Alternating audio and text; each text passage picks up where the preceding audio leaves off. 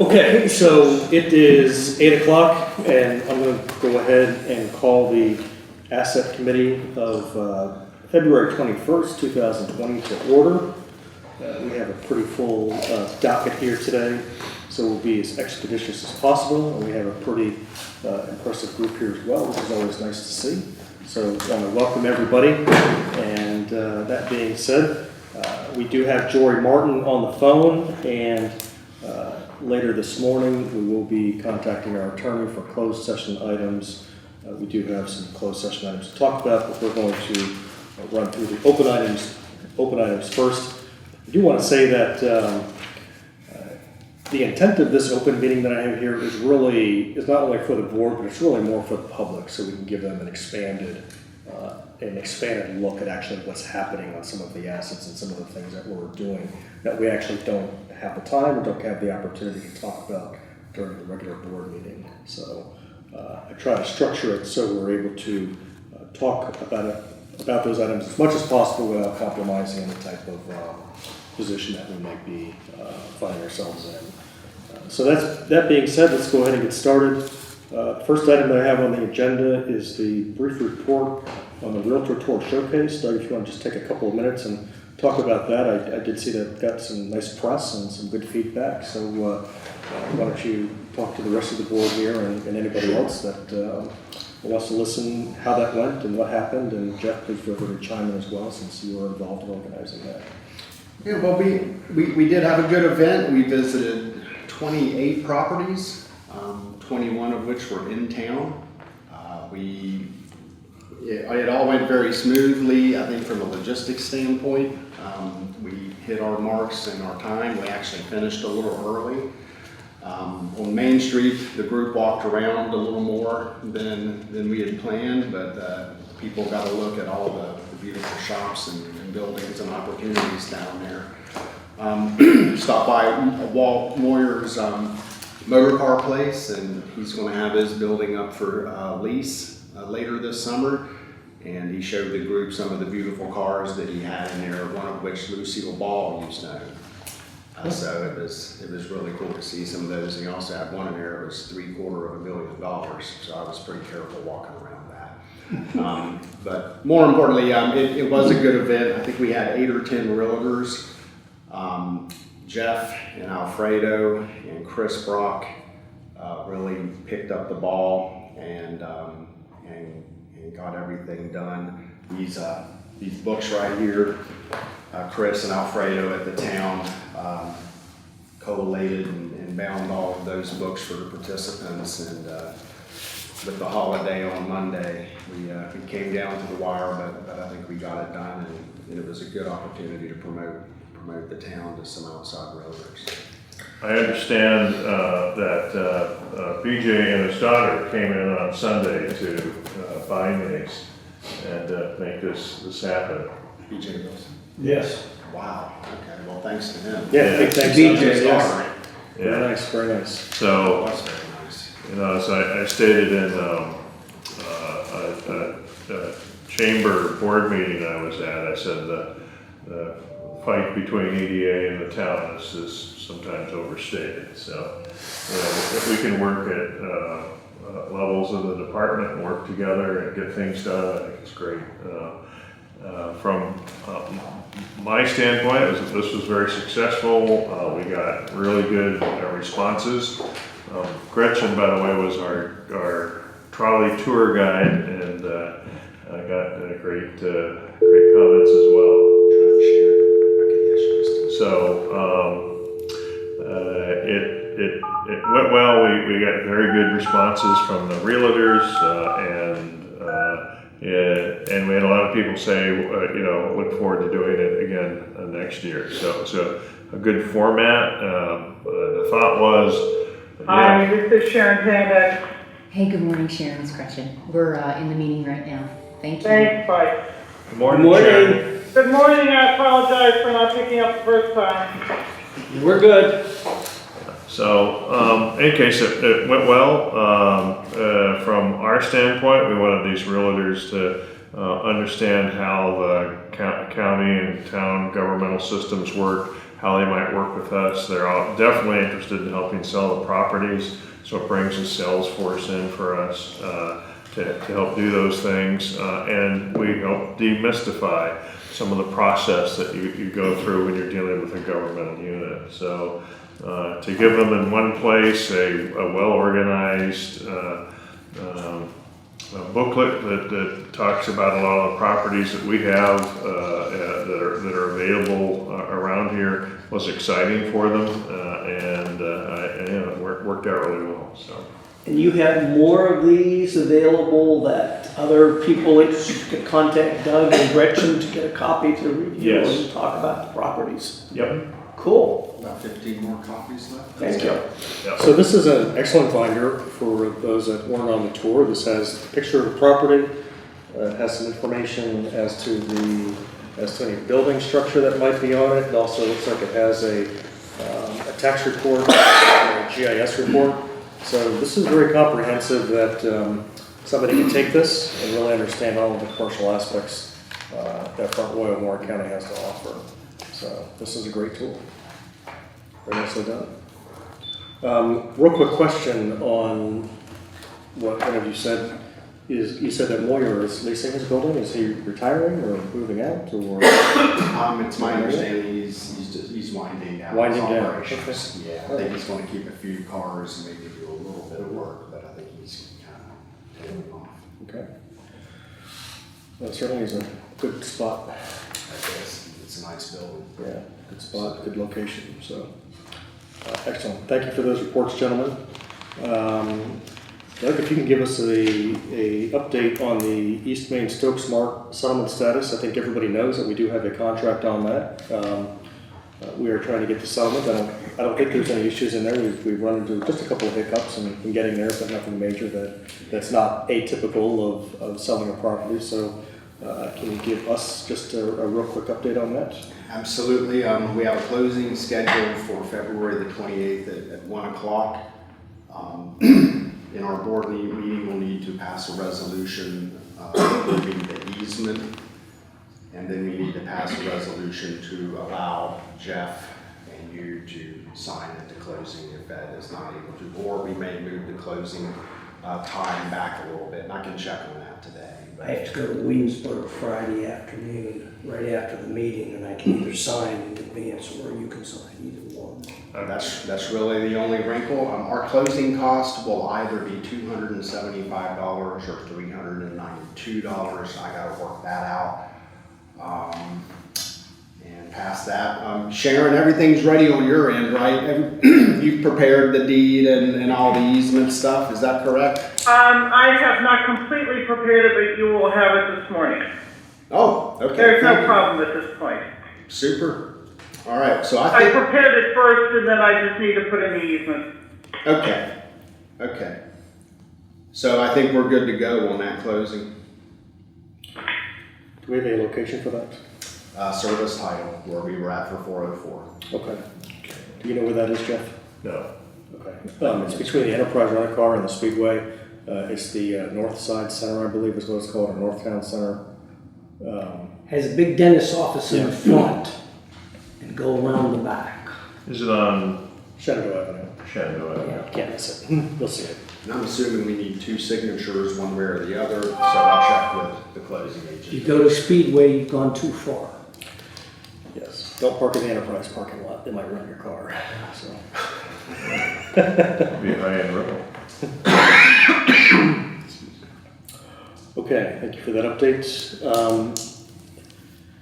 We also received an LOI for the East Main Apartments, which I think is incredibly positive. I think that's moving along nicely.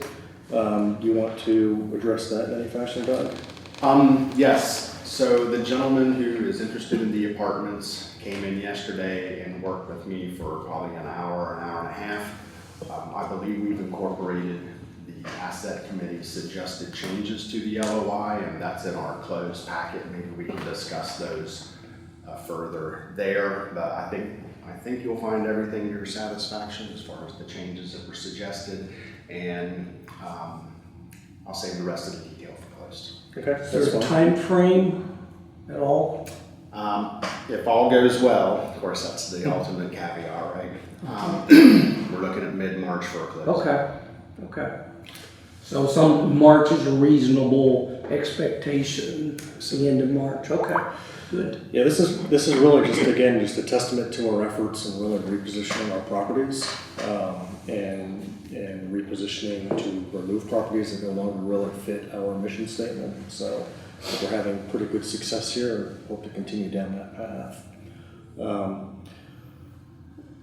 For anybody that doesn't know what an LOI is, just a real quick explanation and the need on how and why we do that. An LOI is a letter of intent, and typically when you are purchasing a commercial property or any other type of property designed for a business venture, there's a lot of paperwork and a lot of due diligence that goes behind the scenes before you actually go to settlement. And an LOI, a letter of intent, basically details the terms of the agreement, the purchase price, the terms, the projected settlement, any type of due diligence period, any type of deposits that might be held in escrow. You negotiate the purchase price through that mechanism. So that basically establishes the framework by which the contract will be based upon. So the parties do not have to go to the expense of bringing in attorneys very early on to work a contract if that is what is needed. So Doug sometimes gets receives phone calls or emails from people that might be interested in purchasing a property, and then might say, I'll give you X dollars for XYZ property. That's really not the way that we're headed in the way that we conduct our business. There's too many variables, there's too many gaps in that type of process. We're not selling a condo. So we would expect that when people are purchasing our properties that they would submit an LOI. So everybody's very clear on what the intent is and where we're heading with that. For individuals, agents, investors that are interested in EDA properties, if you don't have an LOI, Doug can certainly present framework and format for those. They're very simple to use. It just helps clarify the structure and the mechanics of the deal very early on, so we don't waste each other's time. So would we adopt, tentatively try to adopt the LOI next week at our board meeting in order to have the closing mid-March? Yes. Okay. Yes. And, I'm sorry, we have a technical difficulty here, so Gretchen, go ahead, so we're not. No, Jordan wants everybody to start over. Well, she's joking, clearly. Clearly. Okay. As soon as you remember what we said. I don't know. Yeah, to take notes. We were back at the trolley court. It went great. Start over from there. It went great. I'm just kidding. Go ahead. Thank you. Okay, so you had a question then. I'm sorry. Asking that as part of that process, if we were looking towards March, that we would need to hopefully adopt the LOI at the next week's meeting, right. And if the committee finds it acceptable. Okay. And also, we worked yesterday on a draft proposed purchase agreement. Okay. And I think we may be able to get to a point where the board could consider that at this coming board meeting. Okay. If you choose to sign both the LOI and the purchase contract. And the way he has it set up, the LOI would be an addendum to the contract that outlines the terms, just like you said. Okay. And if the board would choose to sign both at the meeting, then we wouldn't need to wait till the March meeting for anything. And we can close be able to proceed. at the August, March. So. Good. Yeah, I do want to say that an LOI is not always a prerequisite to going into a contract. If somebody wants to present a viable in a true contract, then certainly we're going to look at that.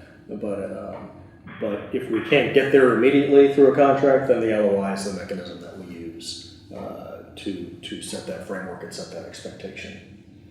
If I might, Greg, Doug, if you could just let me see that purchase contract before you finalize it, just so Will we glitch later? Absolutely, absolutely. Did you get a copy of the LOI that I sent out? I did, thank you. Okay. I also want to just summarize that. I don't want to spend too much more time on the LOI. That also, when we have multiple offers on a property, that LOI kind of helps lock in things for people, and it kind of places the order on where we are in dealing with people, so there's not a conflict, and there's a full understanding of where people may be in the process. Okay, any other questions on that? Okay. So when we sold the 404 Fairground Road, during that course of due diligence and settlement, we realized once again that we have been overpaying for sewer service to the town front royal. Not a big deal.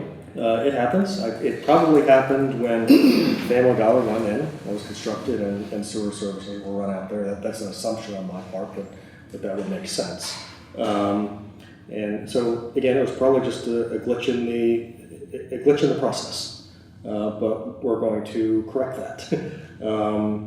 So I know that Doug has been working with BJ Wilson on that, but I just want to make sure that we flush out the real details on this. And the details that are of concern to me are: how many years were we charged?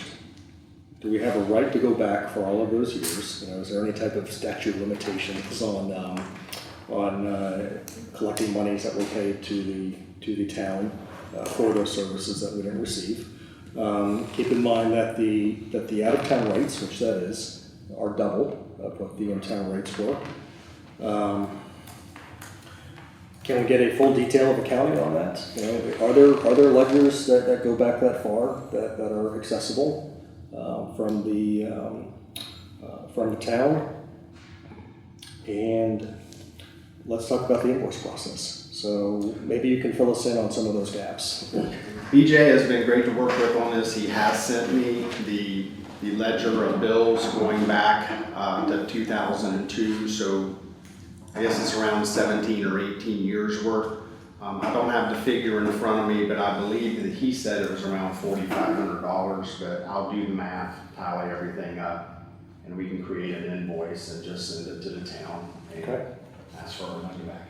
Has he given you a pulse or anything like that as to what the town's position is on that? Is that a No, there's no we didn't no discuss indication. that. We just That certainly wouldn't come from his office anyway. So. right.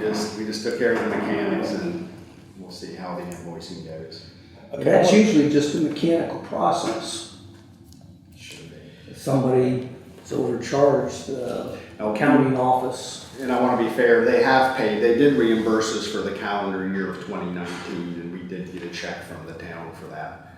So for that portion, so that'll have to come off the grand total. Okay. I just want to make sure that when we submit an invoice, that it's acknowledged and it's recognized, and if we don't have action, that we have a proposed course of action to deal with that. Okay. Okay.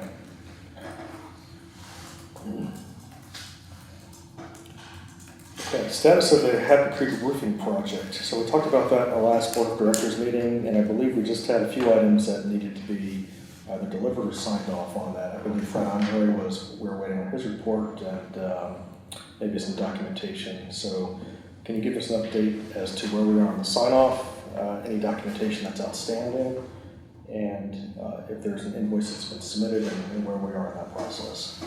Okay. The roof itself is done. The last remaining items are the positioning of splash blocks at the bottom of the gutters or the downspouts.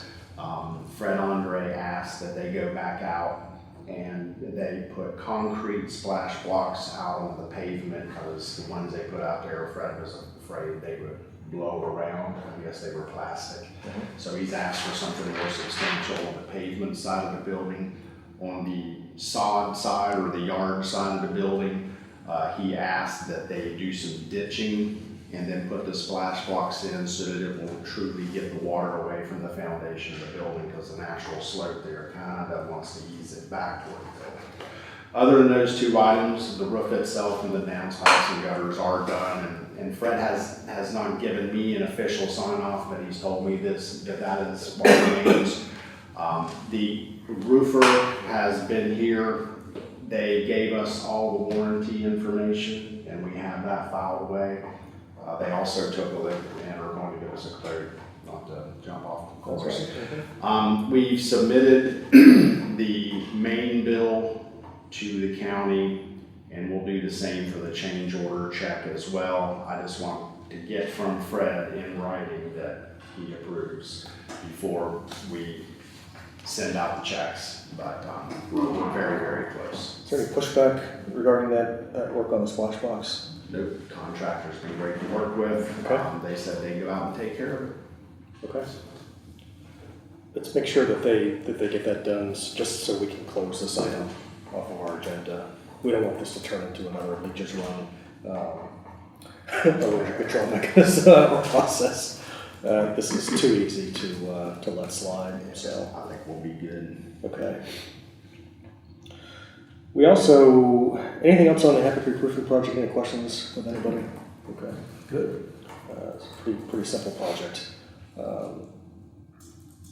We did solicit requests for proposals for the Happy Creek property that we own. What is the physical address of that? Is that the 999 Progress Drive? So that's the Visionary Optics. That's 1325. 1325. Thank you. Just Mm-hmm. Just to recap, we did solicit appraisals for that, so we understand what a potential sales price on that property might be. We did receive that appraisal in, and I think it came in pretty well. From what I saw, did you want to talk about that, Doug? Yes, let me pull up that appraisal. Okay. So Andy Ruffner was the successful bidder, and the appraisal that he did was very comprehensive. It's very similar to what we have for 426 Ball Drive building, because he did that one as well in the past. But the as-is fee simple value came in at $630,000. Okay. So I was pleasantly surprised with that. What method did he use, and did he pull comps on that? Do you have that information pretty readily available? As is fee simple value, let's see, looks like sales comparison. So you used the sales comparison approach? Yeah, I know there was some discussion by email about how you wanted them to do it, and he agreed, so he's in line with the asset committee's wishes. Okay. There's a couple of different ways that you can do an appraisal on a property. I mean, there's multiple ways. There's three really ways. There's a comparable approach, there's the revenue approach, then there's the tax assessment approach, and there's the rebuild approach. And there's probably a couple more out there as well, but those are really the four primary tools that appraisers will use to determine the value of a property. And each property might be unique. If you have an asset such as a warehouse that might not be generating revenue, well, you're certainly not going to use the income approach because that just doesn't apply. You might have to use the replacement approach or the comparison approach from that standpoint. So there's no really hard and fast rule on which approach you use. You basically have to use the approach that is best suited for the property that you're trying to appraise from that I always standpoint. like the comps. The comps tell a lot. The Tell comps me tell a what lot. you can buy something for it. Exactly. We all know that property is only worth what somebody will pay for it. So, that's really what it boils down to. But we have to start somewhere, and we have to do our due diligence as an organization to understand. So we understand that the comparable value on that is $630,000. I believe there's some interest in continuing that lease and/or purchasing that property at some point in the future. That's why we moved ahead with the appraisal on that, so we can take action as needed. It's good to have that done. Absolutely. Next item, Ball Drive lease opportunity. So the Ball Drive warehouse, what is it, 78,000 square feet? You should probably know that off the top of your head since you just toured it. 76,800. 76,800, I was close in that. We've been working on that for close to a year now, if not longer. Just an explanation to the public. It's a challenge it's a challenge to find a buyer or a lessee for a property like that. You have to have the right fit. And it's not like you're going out and buying a house and you want 3 bedrooms and 2 baths and a finished basement.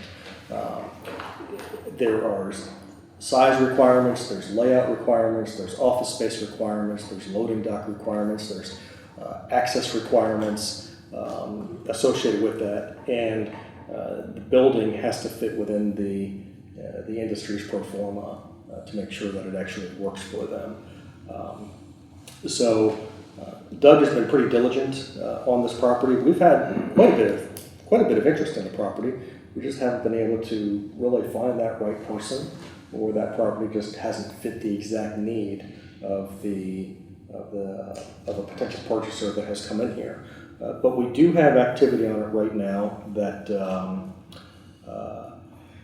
where the potential lessee is either looking at leasing the property in whole or for the most part in whole, and actually considering a purchase position on that as well.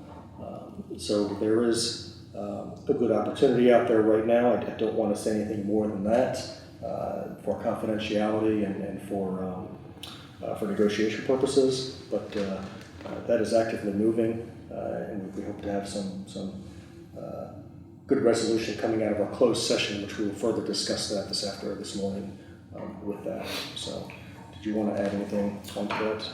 No, just a little bit of extra good news. We did get another lead from the State Development Office, and I have a deadline of the 25th to respond by a lead for the Ball Drive building. Excellent. I don't have any metrics on jobs or CapEx yet.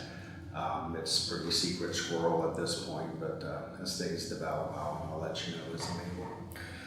It's interesting as I read in the media, Shenandoah County is going through a lot of this exercise right now. They're looking to try to reposition some of their industrial sites into a higher level tier that's going to make them more attractive. So the competitive forces and natures in this community or in the surrounding region, is stepping up. Shenandoah County is realizing that they need a larger industrial base, and they need to start investing in their properties in order to expand their machinery and tools tax and their employment base. I know that they've been struggling a little bit on some other issues, but I think they've realized that economic growth is really very important. Absolutely. Anything else on the Ball Drive lease opportunity? Anybody have any questions on that? Okay. Joy, are you there? Yeah. Okay. We're going to move over into the solar panel discussion. You've really been a tremendous asset on this, running point on basically everything. We're going to discuss the solar panel disposition in greater detail in closed session, but I do want to give the community a real quick brief rundown without jeopardizing any type of economic position that we might find ourselves in. So if you just want to listen and be available to chime in where needed, I'd like Doug to give us a real quick overview as to where we are with the bid process. Okay. So the bid deadline. I'm sorry, Mr. Jory? Yeah. I've got Doug speaking. Then I'll circle back to you if you have anything to add in. Okay. I'm sure Doug will handle it well. Okay. Okay, so the deadline to submit the bids was Monday at 9, and we received, I believe, 7 bids. Okay. The highest bid, should I get into the number now? No, we don't. Okay. The numbers for closed session item until we Okay. until we have an agreement in place on that. But So I think I've reached out to all the bidders to let them know that they either were or were not. I'm thinking the bids submitted are public, aren't they, Sharon? They would be, once the deadline is closed for it, they would be public unless somebody's put a proprietary designation that fits under the statute on it. So they closed Monday. So technically, anybody can know what we received as That's far as correct. the proposals, yeah. The only caveat I would throw in, I mean, I'm glad to announce the number and who it is if that's what you want. I've reached out to the apparent successful responsible bidder and asked for proof of insurance, us as a named insured, proof of workers' comp, and contractor's license that he claimed he had on the bid. This person did submit, he was one of two to submit a well thought out written bid in person versus an email of I'll give you $10 for it or I'll give you $100 for him. So I've reached out to him, I haven't heard back from him, but I get the feeling that he will be able to provide those. But I don't know if you want to wait until we've vetted those items to discuss. Yeah, Ed, I think, It's up to you. and Doug, I think I would recommend that we do wait, even though it might be foiable. I think until you get those materials, it would be appropriate to wait. Whatever you guys want to handle. What's the range? The range is from, we had bids from 0 to the high bid, which was, I'll say, between $25,000 and $50,000. Thank you.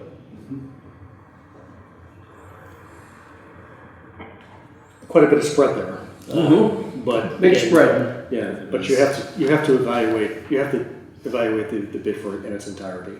So that's why we have that in closed session, just to make sure that the bid actually meets the bid criteria. Yeah, and we can evaluate the fact, but if somebody wants the bids, Yes. they can. Yeah, know let me correct that. I do apologize. I just pulled the statute. And two things. One, as you were, it's not really a true procurement. Right. This is a sale.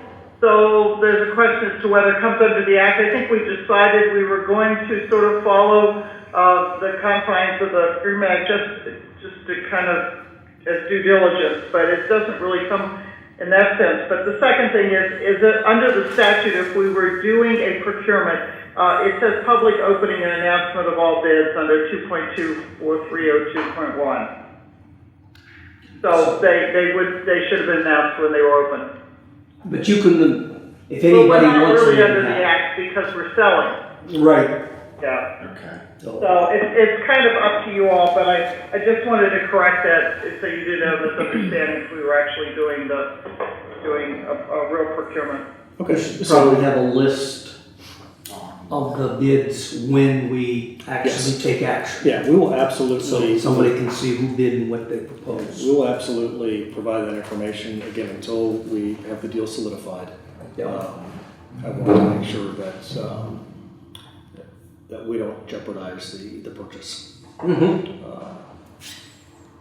or the sale of this asset. Okay. Yeah, I think we're good. George, did you have any comments on the bid process or proposal process that we had? No, other than I would honestly say that the majority of the bids really weren't bids. They were emails with no information, just saying, hey, I'll buy these for $10. So I don't know whether you would really consider those as bids as opposed to the two that submitted what we asked for. I think they're part of the file. We don't have to accept a bid, but they did submit something. Even if they just submitted, we can have non-qualified bidders. Sure. Yeah, that's one of the reasons why I talked about the LOI a little bit earlier. So maybe in the future when we're selling non-real estate assets, we maybe qualify the bid process a little bit differently, so that if people are not following the exact steps that we have outlined in there, that the bid is negligible. It's just kind of null and void. We can always reject any and all proposals. Exactly, so, I don't think we're there on this one. We did receive some qualified bids, which is good, and I truly believe that we'll be able to move forward on those. Okay. Let's talk a little bit about the process that's going to occur when these panels are actually removed.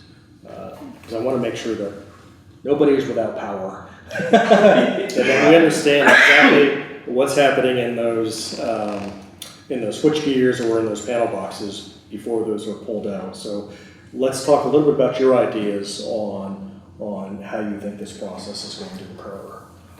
From my conversations with some of the experts on the solar and electrical, I think it would be best if we work with David Jenkins at the town and probably a private electrician. We had a gentleman named Bobby Crook come in last summer and help to give us an analysis of how things were wired in. I would imagine the best thing to do would be to have a private electrician disconnect the solar from the main electrical infrastructure of the building. And also the solar feeds electric back into the town grid. So that's why I think it's important to include David Jenkins in all these conversations. So I would envision that we try to do all this on a Saturday. I'm glad to come down I don't even know if I'd be needed, but I'm glad to come down and kind of watch over things. But if the private electrician could disconnect everything, the folks could come in, get it all out, and then I don't know if the town can have someone here to make sure that everything's hooked back up right on their end of things. That's kind of what I would envision, but I can reach out to David Jenkins at the town and get all this coordinated. You said it has the town electric department or town administration? David's with the town electric department. Okay, perfect. Yeah. And I have a question, why would that be our expense? We had put in the bids that they would remove it and at all costs. So, Sarah, isn't that something we can put in the contract? I mean, they were supposed. Yes, we can do that. If you want it in there, we can do that. Absolutely. There is no reason why this should cost us a penny. And we can certainly have them have a certified electrician to handle this, but this should not come out of EDA's pocket. Just my thought. I don't think we should have anything to do with that from that end. Troy, what I'd like to do, I believe we have this general discussion or this expanded discussion in a closed session item. Mm-hmm. I'd like to table that comment just for the moment, and then we can bring that up in closed session. Sure. Because I think we need to evaluate the bids that we received to see what they include and how we advertise that to go from there.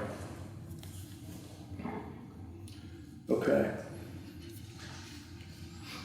I don't disagree with your approach.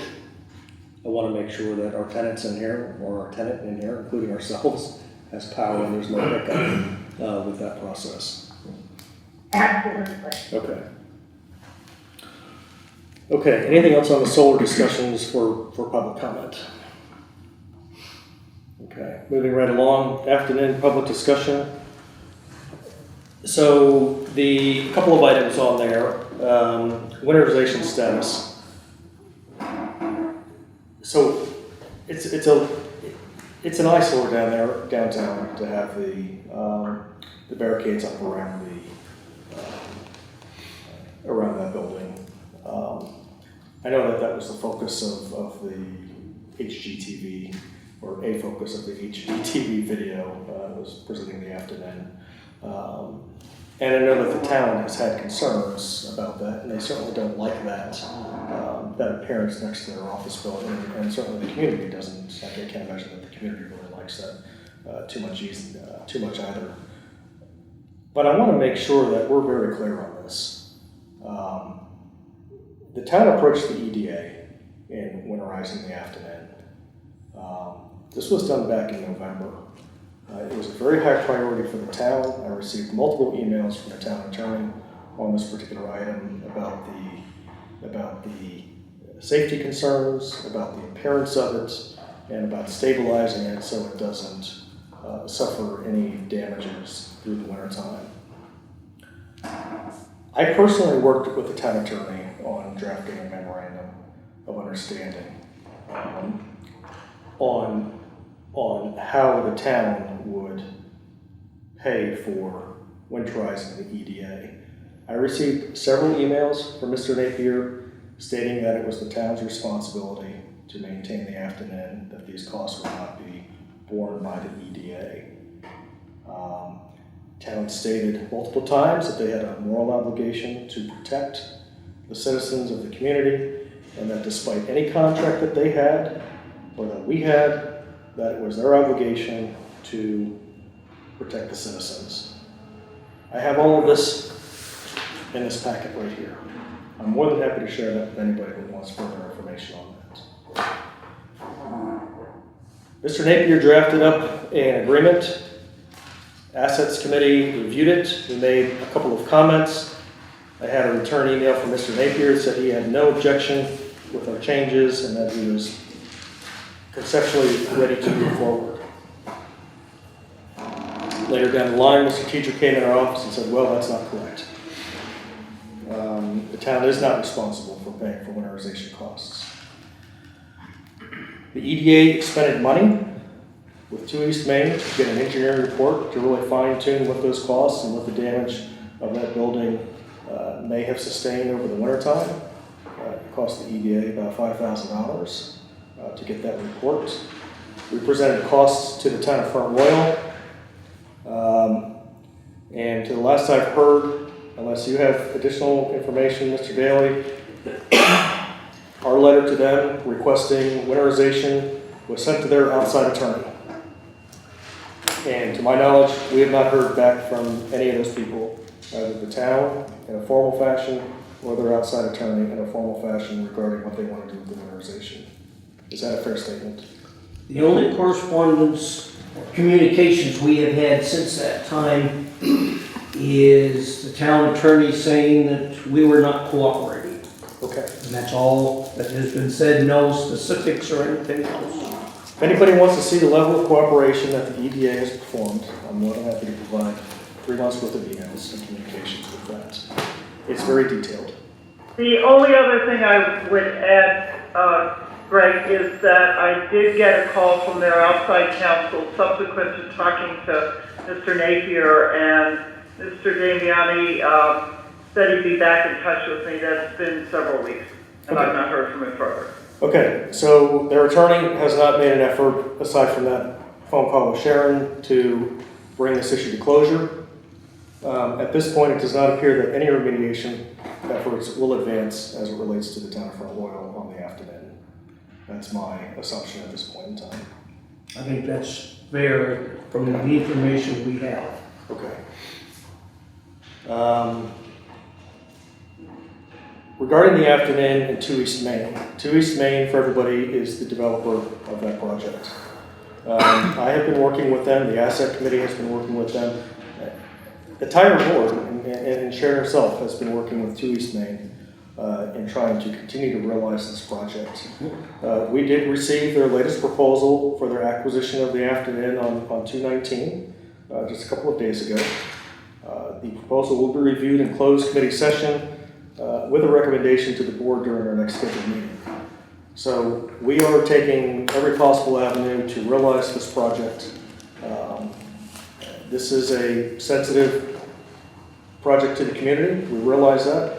We have a goal of continuing to try to develop this property for the community, for the community's benefit. And we're going to do the best we can on that. But there are 3 parties involved in this, That is and only correct. 2 parties are willing to do anything. Thank you for stating that. 2 East Main has been very cooperative. I feel that the EDA has been very responsive. I'll leave it at that. Royal Lane property update. The Royal Lane property is otherwise known as the workforce housing. I had reported last month that we were in negotiations for a settlement to reacquire that property. I did hear back from Sands Anderson last week. They are working with Cornerstone LLC's attorney in drafting up a settlement agreement As I mentioned, we did have a conceptual agreement in place when we last physically met here in the office, Dr. Tom Pattison and myself, when we met with Cornerstone and Sands. I've been pushing Sands to get that agreement in place and executed. They should have an update for us or an agreement to present to the board next week per Cullen's commitment to me last week. Comment there, Mr. Brown. We might want to encourage them to get it early in the week so we're not looking at it on Thursday for Friday morning. Okay, we can work on that. Absolutely. Thank you. Absolutely. The Royal Lane property is a very viable property. It might not be viable for a large foundation apartment complex, but it's very viable for other type of affordable or middle income type workforce housing, if that's what you want to call it. I hate to use the word workforce housing because that's a whole different animal, but it does have capacity. So in the event that we do regain ownership of this property, and I did say in the event because it's not signed until it's signed, I really want to take an aggressive position in marketing this property to available developers that would be interested in developing that for some type of residential usage, a multifamily residential usage. And that really kind of leads us into our objectives for 2020. As you know, all the committees back in November put together a committee priorities, and the asset committee priorities I just want to review very quickly to make sure that we're on track. One of the prime objectives of the asset management committee, aside from disposing of various real estate assets, was working through the Afton Inn issues. I had several points here. We are on track with those. We are encouraging the continued development of the Afton Inn under a revised and renewed agreement with 2 East Main. If that does not occur, then we have a few other options that we need to explore with that particular property. We did develop a property portfolio. It looks like we have a very nice supplement here to go along with that. Broker commission policy was drafted. We did receive comments from Sharon on that. I do admit my deficiency that I've not gotten back to her on a few of the comments that she has made, but I promise to do that before next week's meeting so that she has time and we have time to discuss that so we can finalize that and formalize that for the board. We continue to work on bad debts and delinquent invoices. I know that we are dealing with a local attorney to handle our bad debts. I just want to make sure that we're going back to and this is really really a finance committee, but since we overlap, I'll make a statement and we'll talk about this further in the full board meeting. I want to make sure that we're going back regarding all of the bad debts to the statute of limitations. If the statute of limitations on bad debt is 10 years, I want to make sure that we're going back that far and really evaluating if there are debts outstanding that we can collect. If they're beyond the statute of limitations, there's not a lot that we can do. I have not seen a full comprehensive list on that, but I think it's important that we try to capture we have one. Actually, the attorney was in court yesterday on several of them, and he has a check for us from one of the debtors. Nice. So we just have to pick it up and away we go. So we're already starting to see some results from it. I think whenever you add an attorney into the response that you have, you get people's attention, and that's a good thing. Was this a large check from a municipal corporation that owes us a significant amount of money? The answer would be no. Can we file a warrant in debt for a large chunk of money? I would defer to our attorney. That's a tongue-in-cheek comment, but I'm sure that will come up here again in the very near term. So anyways, property marketing, Doug and I talked briefly yesterday about the marketing of another property. The assets committee's goal was to identify 2 existing EDA-owned properties and really develop a full marketing program for those. I think Doug has identified one of those properties. I was in Chicago yesterday, so we didn't get to talk a lot about that, but from what I did hear, I don't disagree if you want to expand upon that a little bit. The exploration of the clearing. Yes, that is correct. Sure. So, as you know, our properties were ranked through that tier ranking system by the state. The Stevens parcels had the highest sector suitability score. I believe it was 87.5 out of 100, which is above average for the state and for the northern Shenandoah Valley. The Stevens parcels also had the least amount of due diligence cost to get it from a tier 2 up to a 3, and really probably a 4, since all the utilities are on site out there at those parcels. So I started looking, well, first of all, when we had Randolph Macon do the drone footage of the 23-acre lot, we discovered there was a lot more topography in there than what we thought. So I went out and looked at the parcels yesterday, both the 23 and the 53-acre one, and the 23-acre one is a big W. It starts off high and it goes down to a swale, and there's another ridge and then another swale, and then it ends on another ridge. And there's definitely some usable land in there, but on a per acre cost, the cut and fill it could be challenging to make use of the whole lot. We then went over onto this 53-acre parcel here, and what you see is the Ball Drive building. So right across the street is this 53-acre tract. And these are 4-foot contour lines. So this property lays very, very well. In the back here, you've got a wooded section, and these are hardwoods. You've got oak and walnut and so forth back in there.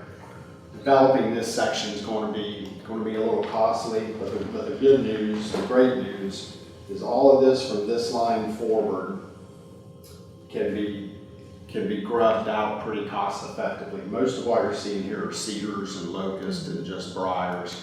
And we got a quote from one local company that does land clearing, and they said it would be about $2,500 a day to run their machinery in there.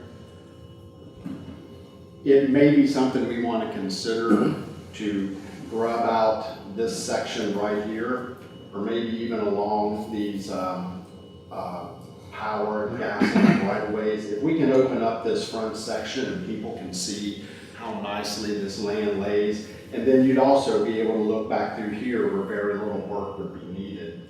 They may be able to do this in a day or two's time. The heavier stuff, he said they can do about an acre a day, but this lighter stuff, they can get a lot more done.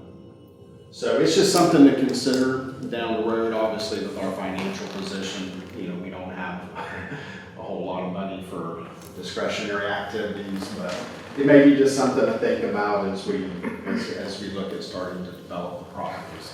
Might get some proposals from. Oh, absolutely. We would bid it out. I just wanted to get a budget number. Mm-hmm. We're thinking maybe 10 grand, 4 days worth, may be able to get us. Get us a good section in here, get this stuff out. Mm-hmm. This is a patch of hardwoods, and there's a little more going on in there, a little more involved to get those guys out. There's some walnut trees in there. Nothing real bad till you get back into here, and this is woods. But most of what you see here is pretty scrubby. There's maybe 8 or 10 good sized trees in this whole area that would need to come down. So. Okay. Cool. Just Doug, looking down the road. What's the significance moving from, say, tier 2 up to even tier 4 in the state? How many properties are you dealing with in each of those tiers, and what does it mean? Right. So out of the 466 sites of 25 contiguous acres or more that the state looked at, I believe it was 80 or 90% are at tier 2. So it's kind of like the overall, everybody around the state is now investing. You know, we've seen in the paper where Shenandoah County is investing in increasing the tier ranking at their sites. A lot of these other folks are too. Getting up to a 3 or a 4, which I think all of our sites could be at a 4 with just the due diligence because we have the infrastructure at the sites. Getting up to a 4 would really place us in a much more competitive position for the state development offices, prospects when they come in. You know, it is through this lens that the state development office and their prospects look at what properties they're going to put on their short list around the state. You know, a lot of times clients will boil it down to 3 sites. And, you know, if we're at a 3 or a 4 or maybe even a 5, if we could develop a pad maybe out on one of those sites, we could get to a 5, which would really put us in the upper echelon. But 4 and 5 is where you want to be. And that's money that could be recouped back. It's an investment. Yeah. It is. You know, once you get if you get a significant employer or a company with significant machinery and equipment and real estate in there, then yeah, over time you definitely get your money back. Yeah, that's what I mentioned that Shenandoah County's going through right now. They're talking about, you know, 6-figure investments in some of their properties to bring them up to tiers. So that's what it takes sometimes. But anyways, that's just that's a 2020 objective, is to identify and begin marketing some properties. This is not something that we're going to necessarily do in the next 30 days. It's just a goal that we've established for ourselves. And we have the assets, we just need to make sure they're properly positioned and that we are properly marketing them and that they show in the best possible light given our budget. Okay. Anybody else have any questions on anything for that matter before closed session? Okay, so we're going to take a 5-minute break here for everybody to do what they need to do, and then we're going to go into closed session after that. In the past, we've always gone into closed session and then milled around and taken a break, but I don't think that's the correct process. So we're going to take a break, 5 minutes, come back, go into closed session, and we'll discuss the items that we have on the agenda here for that. Anybody have any objections to that? Nope. All right, let's take a break and reconvene in 5.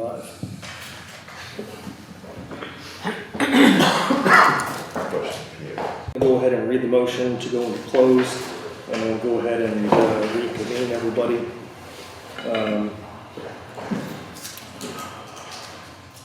All right. Do I have a motion to go into closed meeting? I'll make the motion. Jeff has made a motion to go into closed meeting. I need somebody else You're with me? for a second.